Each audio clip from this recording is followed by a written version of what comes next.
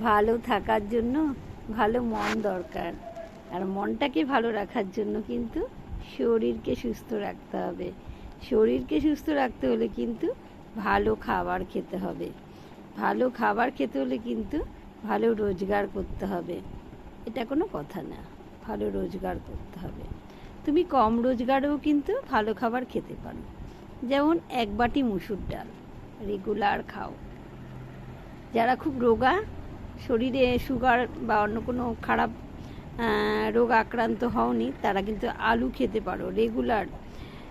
মোটামুটি 200 গ্রাম আলু খেতে পারো। তারপর তুমি সবজি খাও এক বাটি, ঠিক আছে? বেশি দামের সবজি না, যেগুলো একটু কম দাম সেই সব সবজি খাও।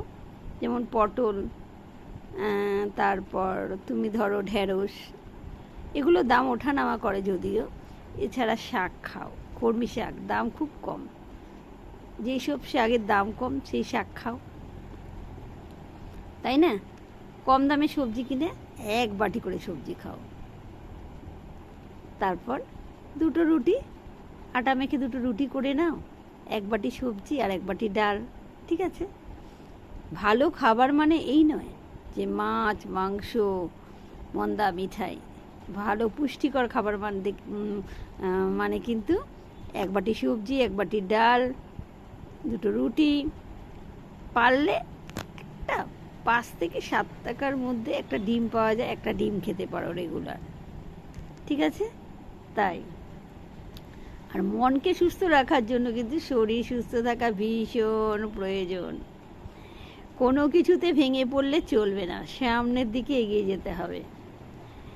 জীবনে কিন্তু বাধা আসবেই। তুমি যদি ভাবো গোটা জীবনটা স্মুথলি চলবে, তাহলে কিন্তু একদম ভুল। সেই জীবনে কিন্তু রোমান্টিকতা নেই, বাধা আসবে, বাধা টপকে টপকে এগোতে হবে, তবেই না বাঁচার মজা, তাই না? আমি অনেক বড় বড় কথা বলছি, মাঝে মাঝে কিন্তু আমিও ভেঙে পড়ি। তখন আমি নিজেকে এইভাবেই বোঝাই যে ভালো খাবো, ভালো পরবো, আর নিজের প্রয়োজনীয় যেই সব জামা কাপড় আমি হয়তো ভালো ভালো সুন্দর সুন্দর জামা কাপড় একবার পরার পর আর পরতে ইচ্ছে করছে না, সেগুলোকে কিন্তু গরিবদের মধ্যে বিলিয়ে দেব, একটু খাবার দেব। তুমি যদি ভালো খাবার না দিতে পারো, এক প্যাকেট বিস্কুট দিতে পারো 10 টাকার, ওতেই তারা খুশি হবে, তোমারও মন শান্তি হবে। বাঁচার মানে হলো এটা। বাঁচার মানে এই নয় কে কি বলছে, কে কি ভাবছে সারাক্ষণ ভেবে মন খারাপ করা। একদম মন খারাপ করা যাবে না। করোনা আবার কবে আসবে, কবে গ্রাস করবে, পৃথিবীতে থাকবো কি থাকবো না, তাই একদম আর মন খারাপ করা যাবে না। সবার মধ্যে সব কিছু বিলিয়ে দাও, নুন ভাত খাও, ডাল ভাত খাও, আনন্দে বাঁচো। এটাই হলো জীবন।